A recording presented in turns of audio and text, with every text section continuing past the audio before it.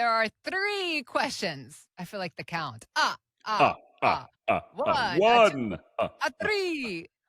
Why don't 3 we just put up? questions. Was it Count Chocula? No. Count Yeah, Dracula the on count. The Sesame Street. count says they canceled Sesame Street. They didn't cancel it. Didn't they? PBS had the sad thing where all the Sesame Street characters were crying. Curious George. They had it like they had the man in the yellow hat was Tombstone when PBS was going to lose all the federal funding. I You think not remember they this? figured something out. But I remember what you're talking about, but they figured something out. The I death got of something Daniel about it. Tiger from Or Mr. maybe Rogers' Neighborhood. I think It somebody was else. sad. This My is daughter bad. cried. My We brought 10-year-old this cried. up. We brought this up, and we have no information to. Oh, it sounds just like any other political news, right? Oh, right. Oh, is this real? We don't know. If we saw it don't on know. We're TikTok. just gonna say what we feel. I ask my kids that all the time. I'm like, where on earth did you hear this? TikTok, Dad. I'm like, oh, then you know it's true. You know it's real. I ask my parents that all the time. My dad will say something, and I'm like, "What's your source on that?" Are you sure? It's like, yes, I got it from TikTok. You know it's true. You know it's real. Isn't it real if it's on TikTok? It must be. I mean, we're on TikTok. We know that's real. Let's talk about. I did start this conversation off with a point. You did.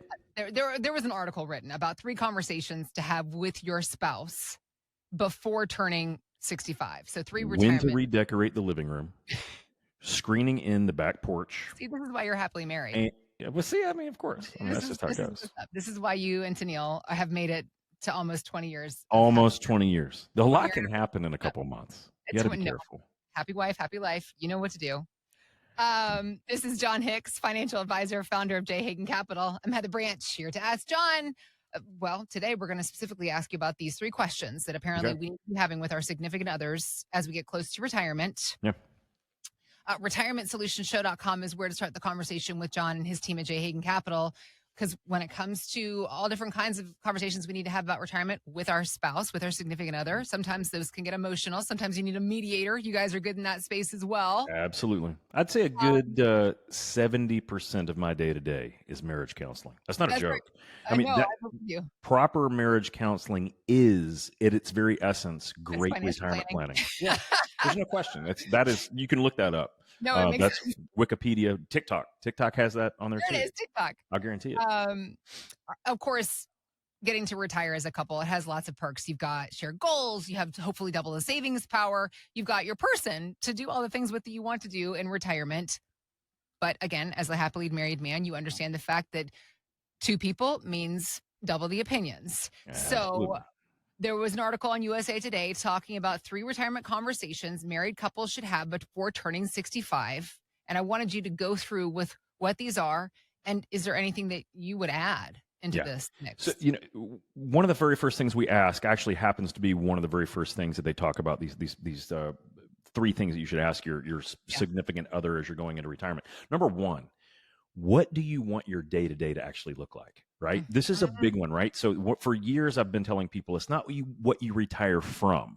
It's what you retire to, right? This is a choice. No one really has to retire. I mean, some people, they get their job cuts or they get downsized, but the majority of us, we kind of get a little bit of a choice on, do we want to retire? And when we do that, the question is, but what do you want to do with your day? You'd be surprised how many times ladies, for whatever reason, you guys got it figured out, like 10 to 1 better than guys. I don't know what it is. How much time I'm going to have to do all the things that I don't get to do. I will have 0 problems with Literally. this, John, when I get to retire.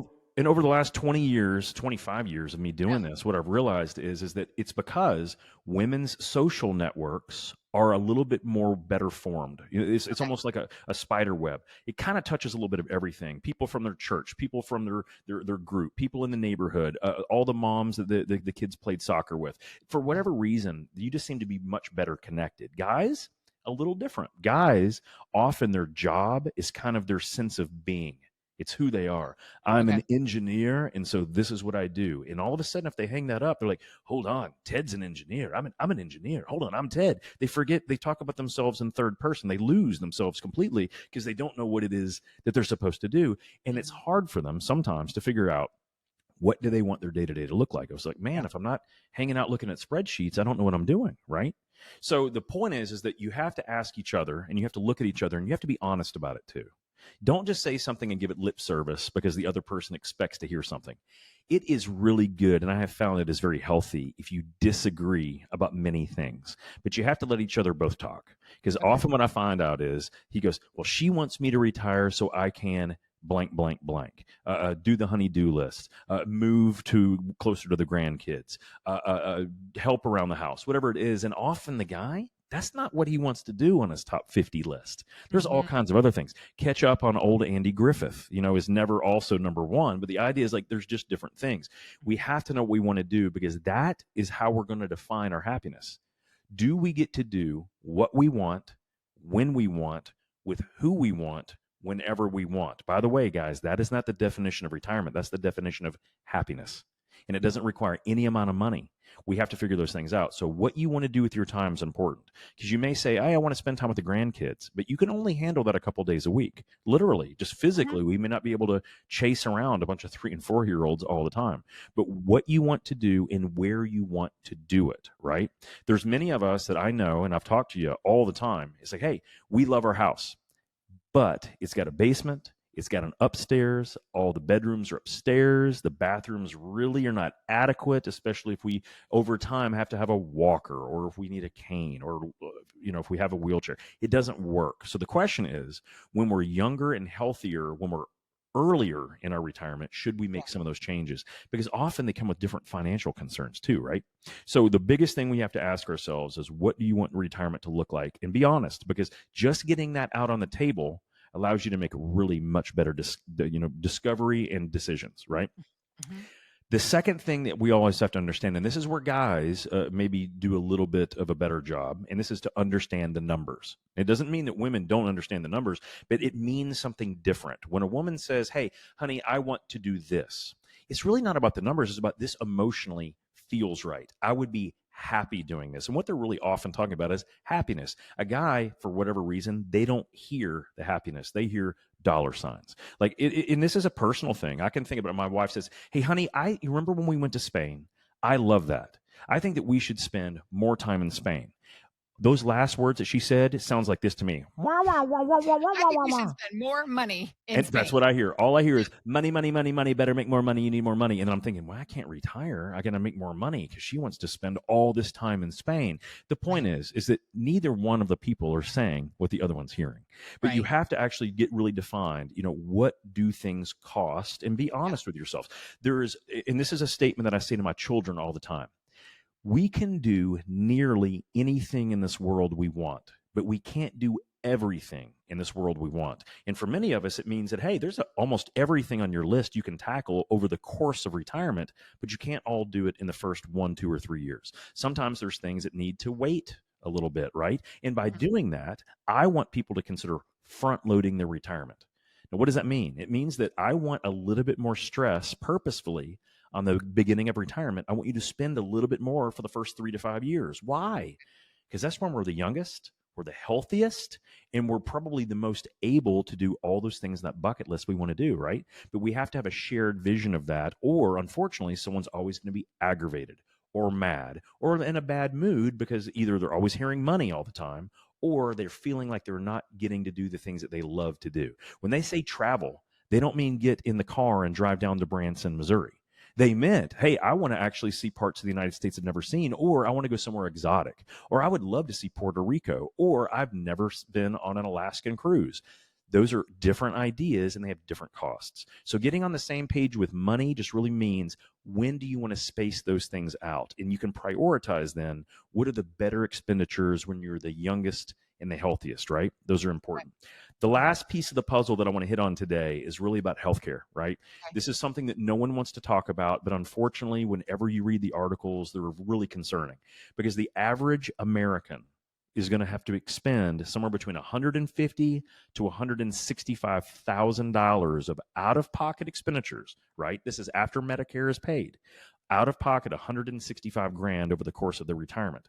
So if you have two people in your Yeah. couple, That's times two. So we're talking over $330,000 of out of pocket healthcare. That's after the copays, after everyone else has paid their And portion. doesn't include long-term care, right? And it does not include long-term care. So we Yeah. have to have a conscious discussion, because if that means that we need to do something about our health now, should we start walking a little bit more? Should we maybe get a little bit better sleep? Should we, instead of taking more prescribed medications, should we eat a little bit more differently, or look at those GLP-1s to help reduce some weight to feel better, so we don't have the same ankle pain, the same knee pain, the same hip pain? Should we consider those things? Would it be a worthwhile investment, right? To invest in our health in the beginning may really cause us to lower those costs. But we have to understand when those things may happen, how much it may cost, and plan accordingly.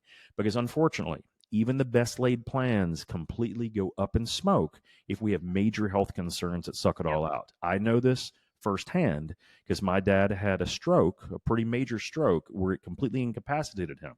He did not pass away immediately. He lasted for 9 more years, thank goodness. But it dwindled down nearly $500,000 of my parents' savings because of what happened, right? And so Yep. that kind of derailed their entire retirement. My mom would say, "Hey, I would spend that money the exact Of same course. way." It's just, Of it's just course. unfortunate that they had to do it that way. Yep. With a little bit different planning and some different ideas, they would have been able to probably do some more things. So those are the big three, right? So we really need to conquer, what do we want our day-to-day to look like? Understand the money, but in context of when it should be spent. And lastly, those healthcare costs. That does not mean get long-term care insurance. I often think that that's a ripoff. It means you need to plan correctly, because not Yep. only sometimes we have to spend the money, there's taxation on that money when we pull it out. This is where a good skilled advisor, especially a fiduciary advisor, can help guide through those things. Those three big ones, if you plan for those, you're going to have a much better retirement planning process. At J. Hagen Capital, we are here to help you navigate the conversations with your spouse, with other members of your family that you feel might need to be involved when it comes to your overall retirement and financial plan.